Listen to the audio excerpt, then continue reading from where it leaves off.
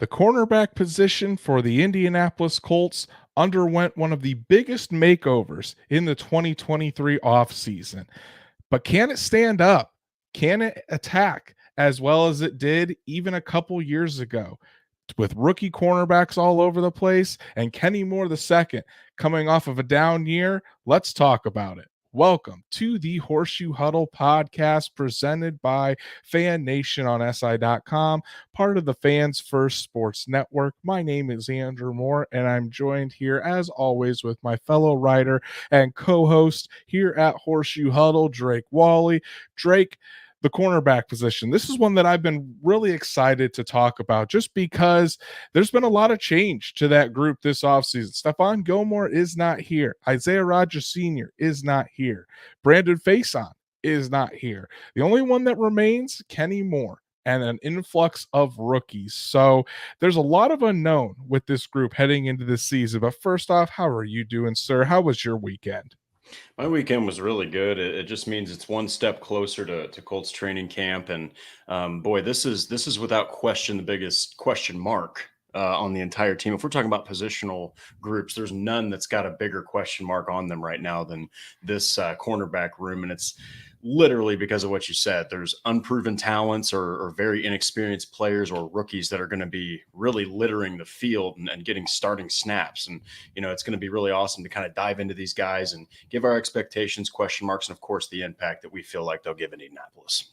Yeah, I agree. And if this position group doesn't get off to a good start or struggles, it could really be a down year for the defense as a whole. So it's going to be very important for these guys to get off on the right foot and really stay consistent throughout the whole year. Logan Schmidt says Juju for defensive rookie of the year. That would be fantastic if That'd that be happened. Very unexpected, but welcome. Great to see you here, Logan. Stats Matt finally popping in to say hi before he goes and plays softball. Buddy, I mean, you need to get your priorities straight here, but hopefully, I know Stats Matt will be ready to go at least next week when training camp kicks off and the really important episodes start happening. So at least he's able to pop in here. But before we get started, as always, we really appreciate all your guys' support. We ticked over that 1.5K subscriber mark on YouTube this past week. So we really appreciate all of you guys for that. And let's keep the momentum going, especially going into this season. Like Horseshoe Huddle on Facebook, follow at Colts on FN on Twitter, and subscribe to that YouTube channel if you haven't already. Click that bell so that way you get all the notifications whenever Drake and I are going live. And you're definitely going to want to turn those notifications on as we get ready to talk about our announcement here. But if you can't listen to us live, Apple, Spotify, Google, wherever you get your podcasts, we're on there as well. So make sure you subscribe on there and give us a 5-star review. Before we dive into these cornerbacks here, Drake and I have a little announcement. And no, we are not leaving Horseshoe Huddle like our colleague Destin Adams, who is going off to a new website to cover the Colts full time, and we wish him all the best.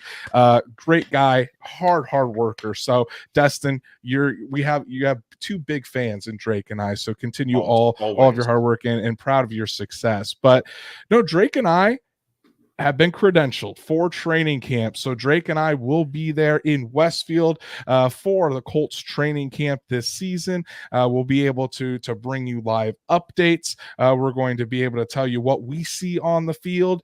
And guys, here's the best part. Drake and I are going to be doing some live episodes from training camp after practice to give you the exact everything that we've seen. And really dive into it firsthand. It'll allow you guys to ask us questions of what we saw there on the practice field.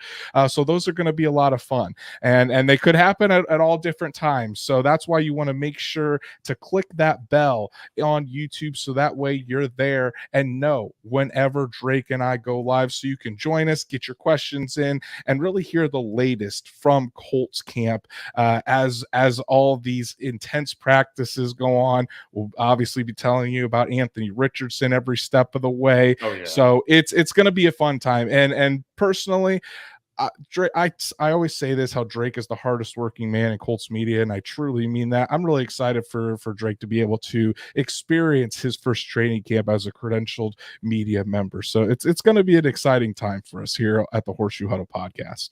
And given everything that this offseason has brought and what it means to the future of the Colts franchise, it all lines up. I got to tell you, thank you, Andrew, because us starting this has given me and you, of course, but me my first time opportunity. I cannot wait to get boots on the ground there and see what this Anthony Ricard or Richardson, I think is his last name. This Anthony Richardson guy.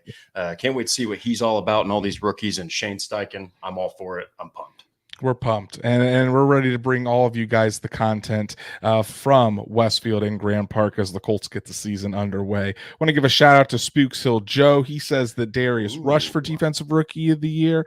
Wombat is in the chat as well. Logan Schmidt asking if you can bring a +1 to training camp. We wish you were on the way, Logan, but I'm sure you'll be right there in the chat as always. So Drake, without further ado, let's dive in. The cornerback position for the Indianapolis Colts, like I said already, a lot of change heading into this season. Stephon Gilmore was heads above the rest of the Colts cornerbacks last year, won the Colts a couple games. Gilmore is now in Dallas with the Cowboys. Brandon Faison, who started a lot of games last year, no longer with the team, for better or for worse, we'll have to see. He's with the Las Vegas Raiders. Isaiah Rodgers Sr. had his opportunity, no longer with the team due to the gambling issues that he was found guilty of. So that leaves just Kenny Moore II and a bunch of unproven rookies or unproven second-year guys that are going to be really experiencing their first big time minutes in the NFL and high snap counts. So I would say of all the position groups, maybe outside of quarterback, obviously with Anthony Richardson, there's just so much unknown with the quarterback position for the Colts.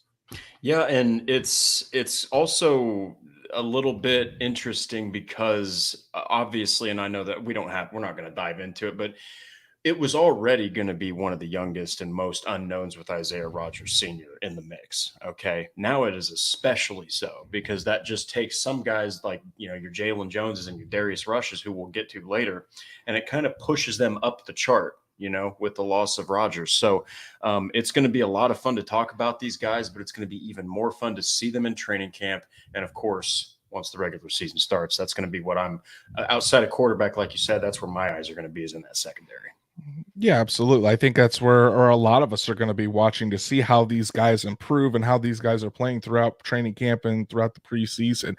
And for me, I mean, it all starts with number 23, with Kenny Moore II, a guy that I was clamoring for the Colts to pay him and re-up him before last season began. I was all on the pay Kenny Moore train.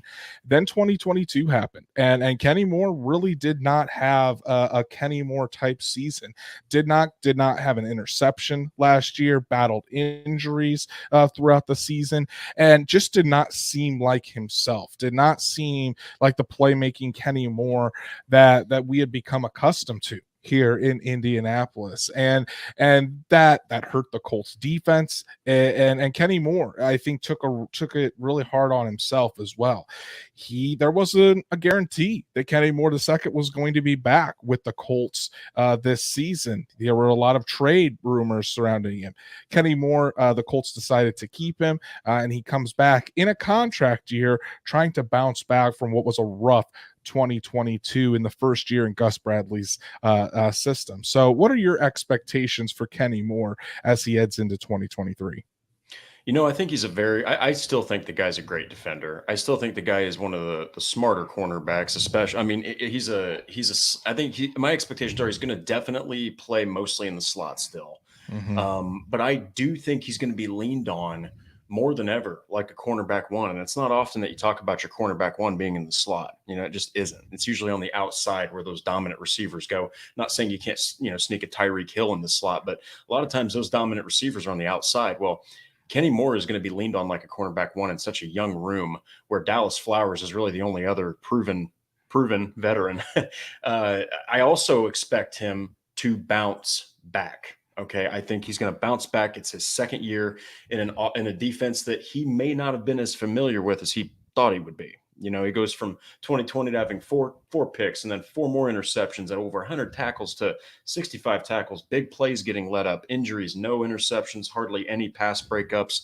I think that this is, as many Colts players, this is a year where Kenny Moore's chip is definitely on his shoulder, and he's going to have to prove himself that he is still one of those top tier guys. And I think that was a bigger deal than people realize. Just his fit within Gus Bradley's system. You know, coming from a Matt Eberflus scheme that really placed an emphasis on and an importance with that nickel, that slot corner position. With Gus Bradley's system, it kind of takes a little of that importance away. And I think getting back to those roots and making Kenny Moore an essential part of this defense, I think not only will it help the Colts defense to play better, but it'll also help those turnover numbers. It because when Kenny Moore is out there and playing like we know he's capable of, he's right there with Shaq Leonard as far as one of the guys that can make those plays and force those turnovers, make those game changing shifts in momentum. So I think the Colts have really tried this offseason to really see how they can get Kenny Moore back to his Pro Bowl level that he was in 2021. When we talked to Kenny Moore this spring, he said he's had a lot of really good conversations with Gus Bradley, with Ron Miles, the defensive backs coach for the Indianapolis Colts, about how to really change his role and make it so he has a bigger impact. And he said things have gone well. He's already seen improvements in areas where he thinks he can really help impact, and he's getting his confidence back. And that's I think is, for a cornerback, that's so key, in having confidence that you're going to be out there, going to be in the right spot, and you can really help your team. And it seemed like towards the end of last season, Kenny Moore's confidence was just completely shot. And I think that had a lot to do with his play tailing off, especially towards the end of the year. So it's going to be interesting to see. But I'm hopeful that with Gus Bradley trying to tweak his defense to help fit more of Kenny Moore's skill set and putting Kenny Moore in better positions to succeed, it should raise his, not only his play, but the play of the entire defense as a whole. Yeah, and we were talking about how this is the second most maybe this behind quarterback. There's no bigger question mark on a positional group. Well, I'm sure I'm speaking to the choir here, but cornerback is, outside of quarterback, maybe the hardest position to play in football, because you are reactive. You're not forcing. I mean, you can impose your will maybe at the line of scrimmage, but you're waiting for receivers to do something.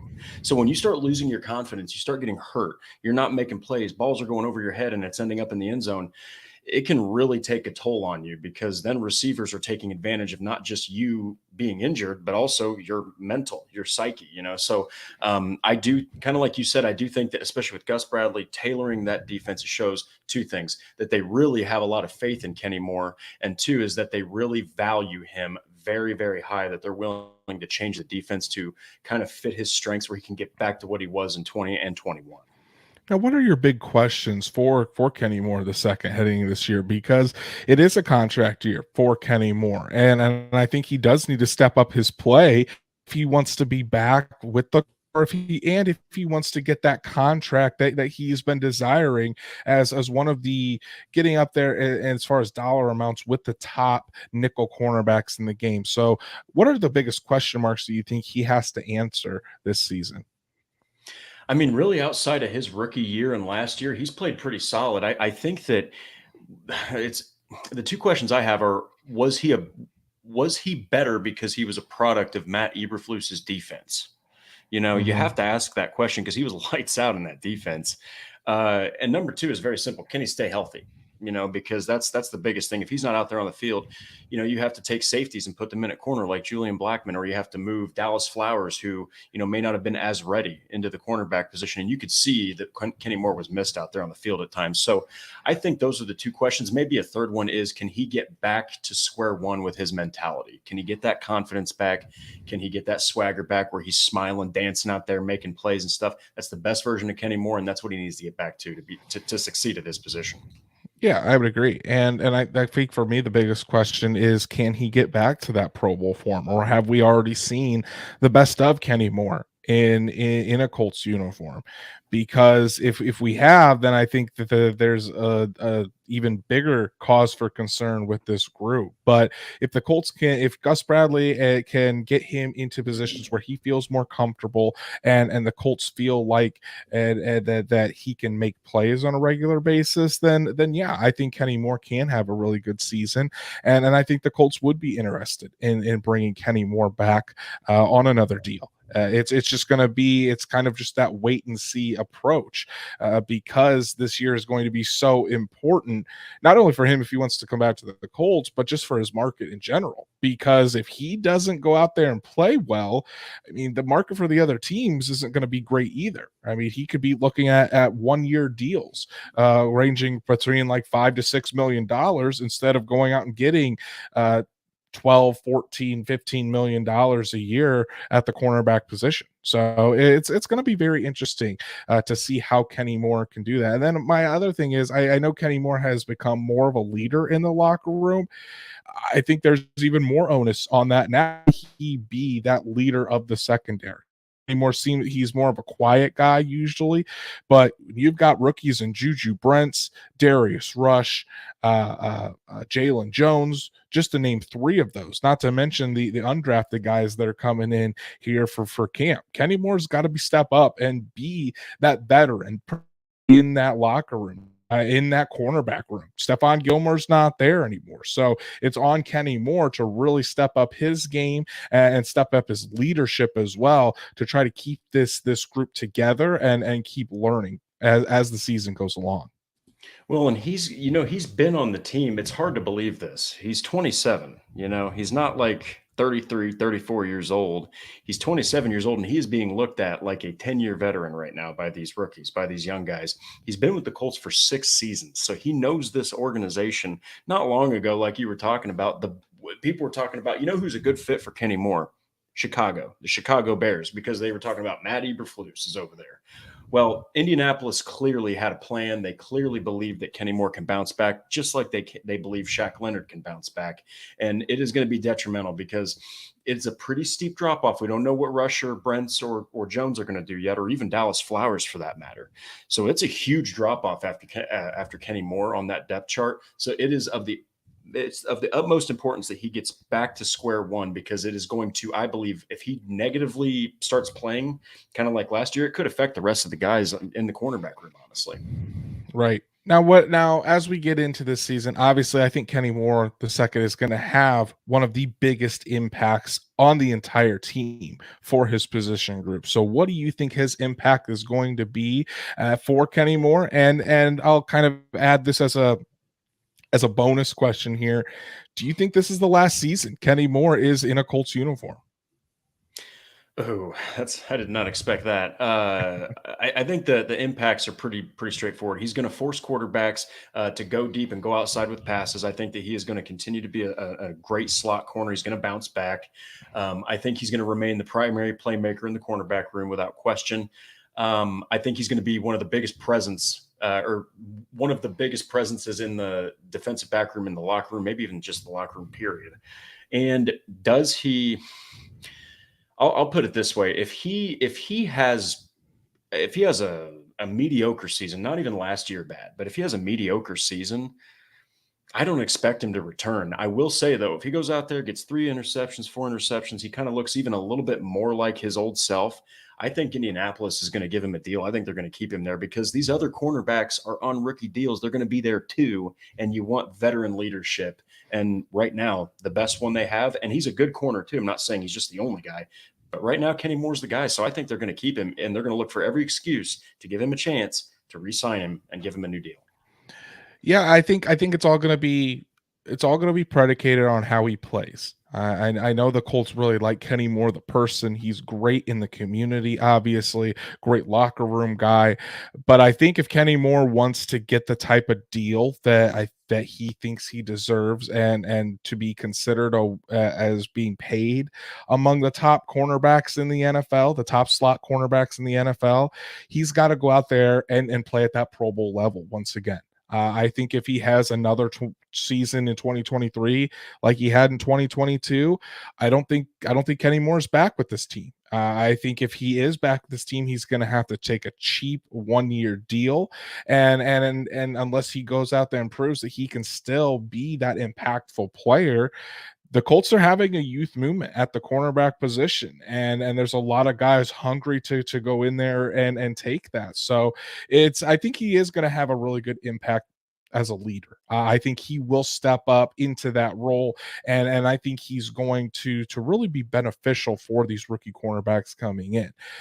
But for me, it's all about how can he have that impact in getting more turnovers for this defense, being able to have the other guys lean on him. Sometimes is he going to have to take the toughest matchups because the Colts are in a pinch at the cornerback position. And we talk about Kenny Moore as a slot corner, but when the Colts are in their base 4-3 and they have only 2 cornerbacks out there, Kenny Moore is out there. Kenny Moore is a starter at that outside, and then when the Colts go to 3 cornerbacks or more, that's when Kenny Moore shifts inside to that slot role. So it's going to be interesting to see. I think Kenny Moore has a lot to play for. I think he's excited about the opportunity this season and some of the things that they're going to change within that scheme to open him up to play more free and for him to go out there and be a playmaker. So I think he's going to have a nice bounce back year.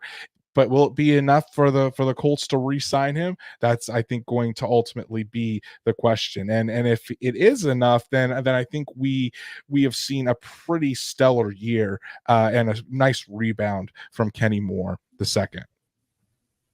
And now we move it along to the next starter I think we can all consider on the outside, and that's rookie cornerback from Kansas State, an Indy native, Juju Brents. Juju Brents, Drake, I'm super excited to see Juju Brents.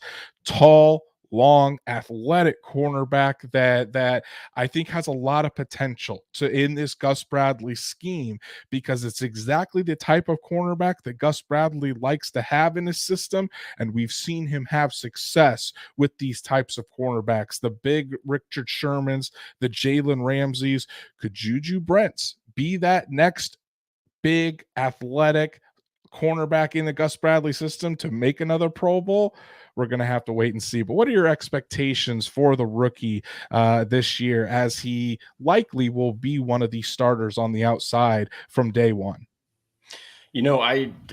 First off, the man is 6'4" and he's 205, 210 pounds. He is massive for a cornerback. In fact, if I'm not mistaken, he has the longest wingspan of any cornerback, if I'm not mistaken, out of the NFL draft. I think he had the longest arms in this class. Okay, and in this class, well, the guy is going to be trusted as a cornerback 1 on the outside. I do think that he's going to be the guy that they're going to be looking to, like, look, you're young, you're raw, but you're going to have to do this. You're going to have to be the guy that we lean on for those outside receivers. I think he's going to cover the best receivers from some teams, and they are going to.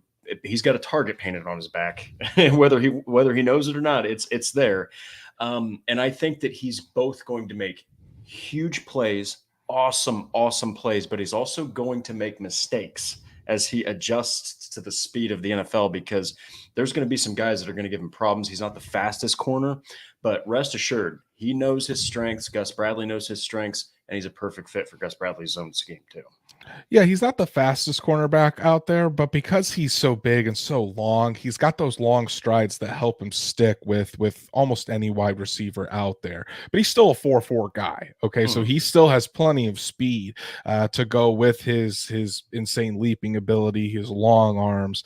I think what I expect out of Juju Brents is, obviously with all these rookie cornerbacks, I think there's going to be a learning curve because the NFL is just different for the when playing the cornerback position than playing in college. You're going up against much bigger, stronger, faster wide receivers every single week.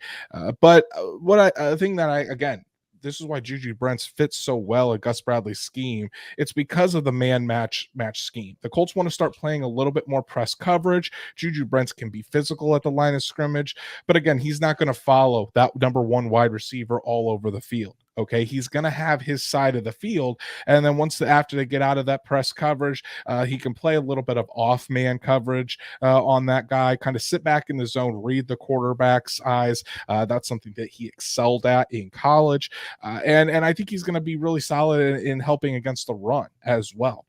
When you look at Gus Bradley's scheme, usually on one side you have your cornerback that's more of a man corner that has the speed to stick with those wide receivers. That would be your Dallas Flowers or Darius Rush. And then on the other side, that's where you have your cornerback that's more of the run support, a guy that plays a little bit farther off, can kind of read and react and make those decisions, but still be an integral part. That's where Julius Brents is going to be in all of this. So I think it's going to be a learning curve, but I really think Gus Bradley's scheme fits Julius Brent's skill set, fits his strengths, and I think that's going to accelerate that learning curve and really make it easy for him to adjust to the NFL. Well, and I mean, the Colts were already high on the guy. I mean, he fits all of what Chris Ballard looks for in those in those cornerbacks. He really likes obviously the traitsy type of guys. So the fact that was number one, they were already high on him. Coming into a defense where it fits his strengths with a guy who's been doing it for years, nonetheless, and coached his own team in Gus Bradley, I think that it does, like you said, it gives him a chance to not only excel, but maybe exceed expectations and accelerate that development, which is what the Colts cornerback room needs. That the rookies, they need to develop quickly because the weeks are just going to keep on coming. And if you have a couple bad games, you can't sleep because before you know it, you've got a Thursday night game and here they are again.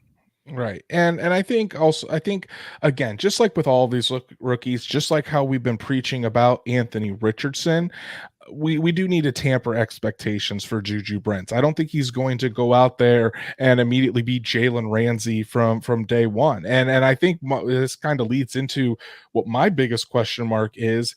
Juju Brents hasn't participated in any of the offseason program really because of his wrist injury. I mean, he's been out there, he's been taking those mental reps and he's been able to stay in shape.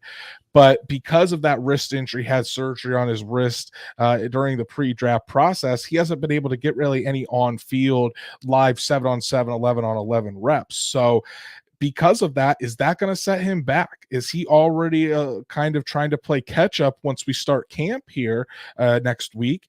And is it going to kind of make him get off to a slow start in a sense? Because again, with all these rookie cornerbacks, I mean, yes, you want to get them out there to play. That's how you get better, but you also don't want to kill their confidence because confidence is such a key part of the cornerback position that you don't want to make it seem like this guy's already in a slump to start out his rookie campaign. So I think that's my biggest question mark. What are some of the questions you have for Juju Brents? So, I mean, speaking on that, you talked about Kenny Moore having confidence issues. He's a veteran. Now imagine if it comes from a rookie, so absolutely you don't want him to take too much of a blow to his confidence. But how quickly can he become that starting level defender? How many games will it be before we say, okay, he's really starting to catch on here? Is it going to be a few? Is it going to be a lot? That's one of the questions. Could he be a liability in the defense being so raw? Maybe he was, obviously he was going to get starting reps before what happened with Rodgers, but now it's like the question mark is even bigger. Is he going to be a liability with the defense? And an interesting one is, could he struggle with smaller guys, like smaller, twitchier receivers, guys like Tyreek Hill, those short slot guys that can just move quickly and on a dime turn, and they can hit that whip route and put you in the dirt. So those are just a couple of questions. I think another one is maybe on the more positive side is how many turnovers can he force? Because with a guy that is that long, that rangy, that athletic, that can hop that high, he can accommodate for letting up some plays that other cornerbacks can't. He can actually make up for some mistakes. So I'm kind of curious of how many turnovers he's going to create as well. Yeah, and if I remember correctly, he didn't necessarily have too many turnovers in his time in college. If I'm looking this up here, it looks like he had 6 interceptions, but 4 of those interceptions came last year at Kansas State. No forced. Looks like 1 forced fumble as well last year. So that's something that I think he has really worked on throughout his career. Obviously, it showed last year at Kansas State. You definitely saw him take away the ball more often. In fact, when I was there at AT&T Stadium for the Big 12 championship game, saw Juju Brents going up against first round wide receiver Quentin Johnston when Kansas State took on TCU, and he had an interception in that game, and really did a good job against Quentin Johnston for the most part throughout that game. So that again, that's going to be key. The Colts really want to emphasize creating more turnovers because they hardly created any last season, and I think if Juju Brents can come in and do that immediately, that's really going to set him up for a good rookie season. But what do you think his impact is going to be this year, and how do you see his rookie season going? I think he's obviously an athletic freak at corners. So to kind of go back to what I said, I think you should expect some turnovers and some incredible plays. I mean, the guy is going to impress you at times, but you need to, again, temper the expectations because he's not going to go out there and be a superstar day one. I don't think you're going to get Sauce Gardner day one. Quarterbacks must account for his size. You have to. Okay. So I think he's going to clog passing lanes in zone defense. I think he's going to force decisions to be made, kind of like Kenny Moore, but in a different way. He's going to force decisions to be made because he's so long. He might even cover a couple of lanes in the passing game. And I think given his size, he will fit that zone scheme beautifully. I know we've said it till we're blue in the face, but it can't be stated enough. Gus Bradley is a defensive guru, and he knows how to use these cornerbacks to the utmost of their ability. I think he's, like you said, he's going to fast track that development. By week 7, 8, 9, maybe 10 or something like that, you might see Juju Brents starting to hit that stride where he's starting to look more and more like that starting defender that the Colts want him to be. Logan Schmidt asks a good question here. Is Juju good to start training camp at full capacity? The Colts haven't came out and officially said anything like that over the summer, but the initial plan in OTAs was that Juju Brents would be able to go and be at full strength once camp begins. So I don't think there have been any setbacks on that yet. We'll obviously have to see next Wednesday when the Colts hold their first practice to see if he is going to be at full strength and good to go, or if they're going to kind of ease him into things. But it didn't seem like there was a really much concern that he would be ready to start training camp. So that's a good question. And then another comment here that I absolutely agree with. Rich Wheeler says, think this position is the most open of the roster competitions. And he says, look forward to your updates from camp to see who emerges. So we'll definitely be providing those, Rich, from everything that we see down there in Westfield. But yeah, Drake, kind of getting back to his impact. I think he's going to be one of the more important pieces to this Colts defensive puzzle. And I think he needs to get off to a good start. Obviously, there's going to be bumps in the road. He's a rookie. Every rookie is going to have ups and downs, especially at the cornerback position. But if he can bounce back, I think the system is tailored perfectly for his strengths. And it's going to not only allow him to be caught up to speed quicker, I think we're really going to see the full potential come out of Juju Brents in this Gus Bradley scheme. And I'm talking about more turnovers. I'm talking about being able to place him in good situations that he can be successful. I'm really excited to see what Juju Brents can do in this system because I know coaches all the time, coaches, general managers, they want to try to get players that really fit what they're trying to do.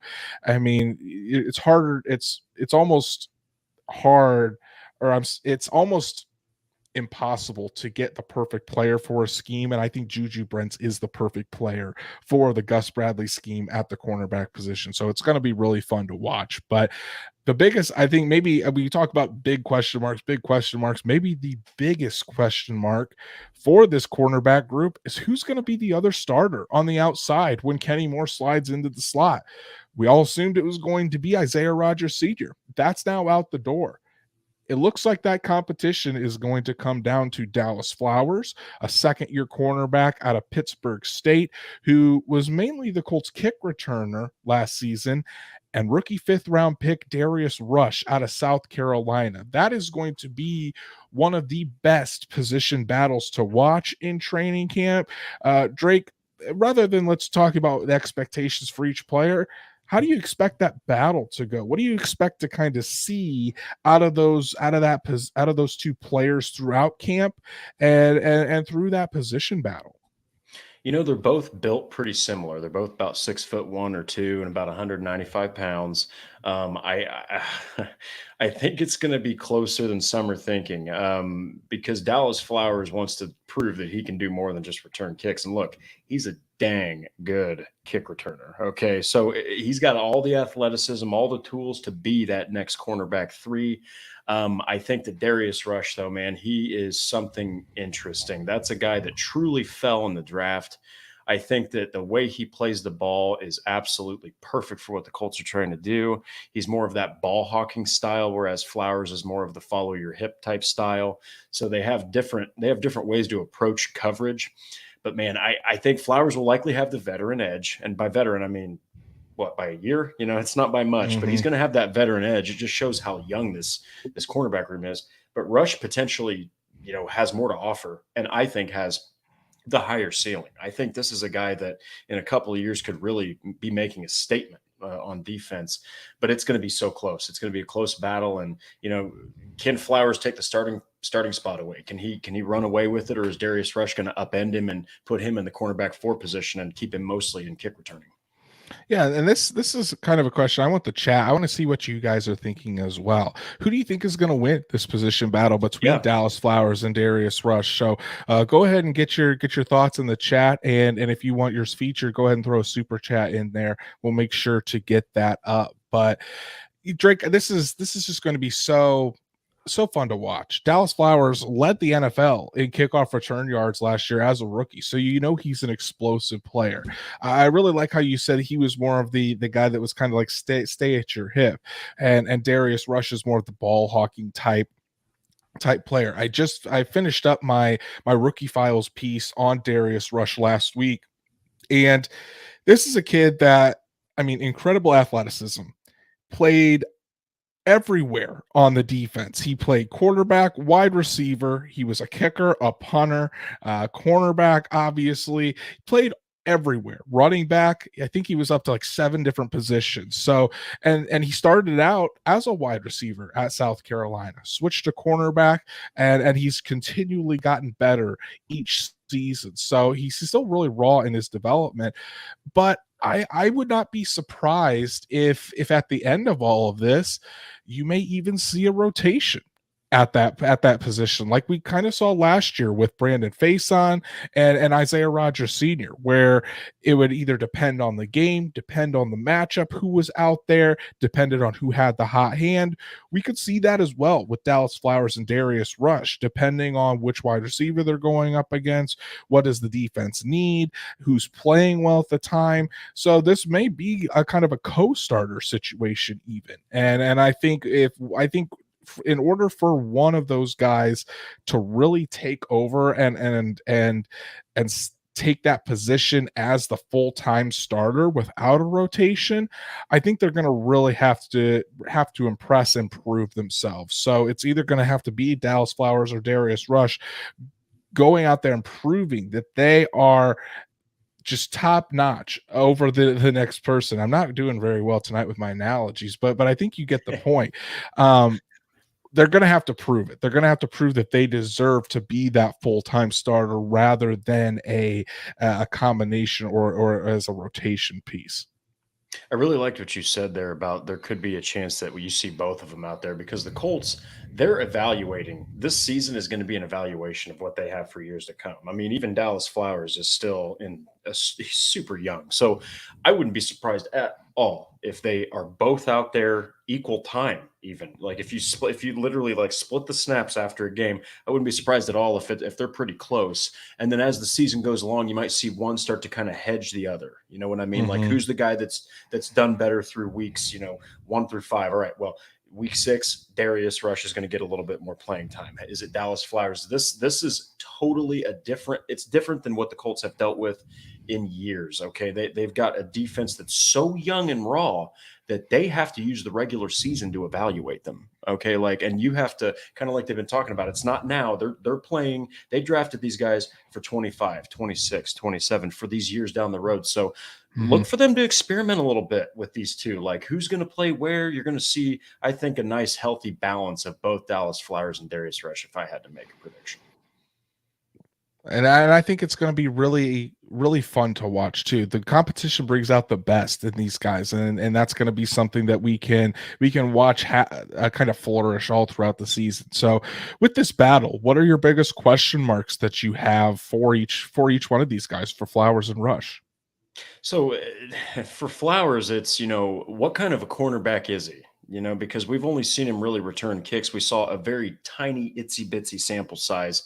I believe it was one game. Did he play one game at corner last season against Houston? Was it? I think so. Yeah. So and he didn't fare too well, but you didn't expect him to. I mean, he just kind of got thrown out there as a special teamer and told to play defense. So for Flowers, what kind of cornerback is he? And for Darius Rush, kind of similar to Brents, how quickly can he adjust to the NFL game, and how fast is he going to become a problem for offenses? Because again, he's got that aggressive style as opposed to more of Dallas Flowers is following you, and he's the guy who's going to punch out the ball when that pass comes into the hands. He's the guy who's pushing his arm through, whereas Darius Rush is the guy who's going to probably try to go over the top and take it. So I think for each one of these guys, it's the question mark is, how fast can they show that they belong on the field more than the other? That's the question for both of them. Which one is going to get more snaps by the end of the season? Which one are we going to be talking about is the true cornerback 3? And that's a good for both of them, because for Dallas Flowers, he's got his opportunity now to prove that he can be more than just a special teamer. If he can go out there and prove that he's a starting cornerback, go out and take it. The Colts would love to see that. For Darius Rush, he is still pretty raw in his development as a cornerback, but like I said, he's been able to focus on that cornerback position, and we've seen gains each and every year from him at South Carolina. Can that continue in the NFL? And can he again bring a more ball hockey presence to the cornerback position for the Colts, help to force those turnovers? Darius Rush was already a player that was impressing a lot of coaches and teammates in OTAs. He had a would-be pick 6 of Sam Ellinger. So he's already making plays. Can that continue in training camp into the preseason, and then once we get into the regular season as well? So Drake, instead of an impact, I think we can say, I think I'm going to ask this question: who do you think wins the battle to start week 1, and do you think they hold it permanently, or is it going to be more of a rotation between these two players on that outside? I think week 1 it's going to be Dallas Flowers. Okay, and I think that maybe as it gets more to the midpoint of the season, you'll see more of a rotation in. But look, I'm going to go ahead and say this confidently. By the end of the season, Darius Rush is going to be the cornerback 3. That's my humble opinion. I think that the guy has a ridiculous ceiling. I think that he has all the tools to be a problem when he finally hits that full potential. I think by the end of the year, he's going to make a statement at some point, some way, and he's going to get that 3rd spot on the depth chart. I would say to lean Dallas Flowers as well to start the season. I think we're going to see, as Darius Rush gets more comfortable in the NFL, you're going to start to see him played more and more throughout the season, just because I think he has a higher ceiling that Dallas Flowers has. But again, competition brings out the best in everybody. So it's going to really push these guys along to not only just fight for who's starting at the beginning of the year, but fight for who's going to be the starter at the end of the year and possibly longer for the Colts. So it's going to be a fun battle to watch. Both guys are young. Both guys are very hungry. And like I said, I think with Darius Rush's potential, I think he can get there where he can secure and be a longtime starter at cornerback for the Colts on the outside. But so those are 4 of the cornerbacks in the group. But what about the rest of the guys? Behind that, there's not a lot of experience. And when you look at the Colts roster currently, and obviously this will go down after final cuts, but other than Moore, Brents, Flowers, and Rush, here are the other cornerbacks on the Colts roster: Darrell Baker Jr., Tony Brown, Cole Coleman, Jalen Jones, a 7th round pick, and Kevin Tolliver II. Not a lot of starting experience with that group. So Drake, this is a very simple question. Do the Colts have enough depth at cornerback as things stand right now? No, I think that now, if we're talking like numbers, yeah, but I mean, Jalen Jones, while I do think that his ceiling is also higher than some expect, he might take a little longer to adjust to the NFL game. Still a seventh round pick, and Kevin Tolliver really has the most experience, but he has hardly played. I I think that they still need a lower end cheap veteran. Okay, I think that Kenny Moore. Don't get me wrong. I think that he is ready to shoulder the load to lead that cornerback room. But man, he could probably use somebody else to help. I mean, I think that it's very very raw, young. I think that they should definitely go out there and just get a cheaper, lower end vet. Nobody that you need to like roll out the red carpet for and give him a huge contract.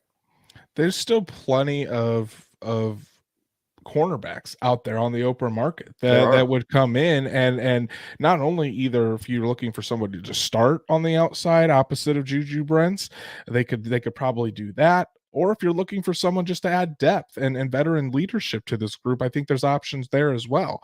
But yeah, I'm not comfortable with the back end of this cornerback group. It's just simple as that. I feel like the Colts should look into signing somebody. Now, are they just waiting to see how camp goes and how these guys progress, and then kind of make a move later? That certainly could be an option. But you also don't want to wait too long where all the good options out there are no longer available. So the Colts really need to kind of keep tabs on this cornerback market as they go along. But getting somebody like a Marcus Peters, like a Casey Hayward into the building, I think would really help solidify this cornerback group.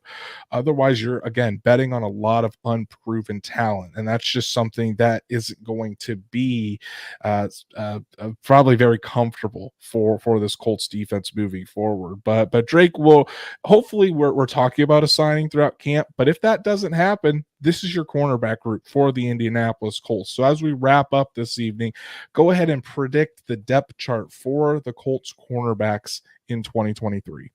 So I mean, it's the first two are very easy. It's Kenny Moore and it's Juju Brents. I do think to start week one, it's going to be Dallas Flowers is going to be the third guy. Then it's Darius Rush. Now that fifth one is tough, but I'm going to go with somebody who actually played with the Colts last year, and that's Baker Jr. I think that he's gonna take that fifth spot, and he's going to show the team that he deserves a roster spot by the end of training camp. I like it. I like that. I like the thinking there, and I think I agree with your top four. I think Kenny Moore is going to be obviously that cornerback one with Juju Brents, and I'm going to give Dallas Flowers. Dallas Flowers and Juju Brents as the two starters on the outside. Kenny Moore will start in their base, move into the slot when they go into their nickel. I will say Dallas Flowers starts initially, but I think Darius Rush is going to be coming on quick, and it'll end up being a rotation, or Darius Rush will take it outright before the season is over. For my fifth cornerback, I'm going to go with Tony Brown. Tony Brown has been a reliable option as a backup Good call. nickel for this Colts team, and I think he's going to be able to hold that down. And I'm going to go with six cornerbacks. I'm going to go Jones. I have a lot of faith in his ceiling. I don't know if the Colts could necessarily sneak Jalen Jones onto the practice squad. He could be a name that another team scoops up. So, but I think when you look at a Jalen Jones and the type of cornerback that he is, I think he's going to be able to make some plays, and just having him back there as another option to learn from this group, kind of take maybe a red shirt year, but being able to keep him on that roster and get him some playing time, especially on special teams. That's where I think Jalen Jones is really going to make his impact in his rookie season. But I think six cornerbacks will be on the Colts roster day one: Moore, Brents, Flowers, Rush, Brown, and Jones. And again, not the most heralded group out there, but I think there's a lot of potential in this group, and it's going to be fun to watch how the season goes along, especially how these rookies adjust to the NFL game. Yeah, and I really like the fact that you put Jalen Jones in there. I believe he allowed the least amount of receiving yards in the entire NCAA last season. There wasn't a lot of tape on him because quarterbacks didn't throw his way. So that's an intriguing guy, and I'm really excited to see what the Colts can do with him, and if they start him out at practice squad, or if he maybe even shocks some people and makes the roster. Colts put a lot of draft capital into the cornerback position this They season, did. and they're really hoping it pays off. Otherwise, it could be a scary group and one of those the weak links of this team throughout the entire season. But that's our show for this evening, guys. Really appreciate everybody joining us talking the cornerback position. I want to give a shout out to Greg Peterson, Logan Schmidt, Wombat, Rich Wheeler, Larry Brown, Spooks Hill Joe, Stats Matt, all of you guys for joining us this evening. It was a very fun episode. And if you haven't done so already, please go ahead and follow us on all of our social media, like Horseshoe Huddle on Facebook. Follow at Colts on FN on Twitter, and subscribe to that YouTube channel and hit that bell so you know whenever Drake and I are going live, especially with training camp coming up, because again, we're going to be going live from training camp after practice to give all of our thoughts and all the lowdown from that day's practice. It's going to be a lot of fun. So make sure you get subscribed and hit that bell so you don't miss an episode. And if you can't catch us live, it's okay. Apple, Spotify, Google, wherever you listen to us, we're on there as well. So make sure you subscribe and give us a 5-star rating on that as well. Drake, I know you've been writing away. As always, for horseshoehuddle.com. Tell the people what they can go check out that you put out there. So the last two have been one is 3 reasons why Anthony Richardson could win Offensive Rookie of the Year or Rookie of the Year.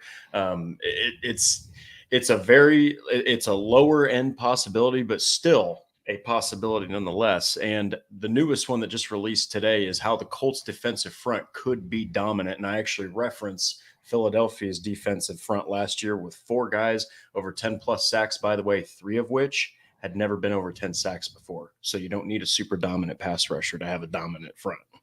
Definitely make sure you go and check those out. For me, guys, it's still Rookie Files. Rookie Files has been booming. Really appreciate all the support on the series. It's one of my favorite series I write of the entire year. I released Daniel Scott towards the end of last week, a guy that unfortunately will not be able to play for the Colts this season, but he still has a great story. So make sure you go and check that out. Shout out to my wife for giving her super sticker in, as always. She is. The nightly super sticker. Thank you for that. And then tomorrow morning, Will Mallory, his Rookie Files episode, his Rookie Files article will drop. A guy that's got a legacy already in Indiana with his family, but wants to leave his own mark in the Hoosier State. So definitely go check that out.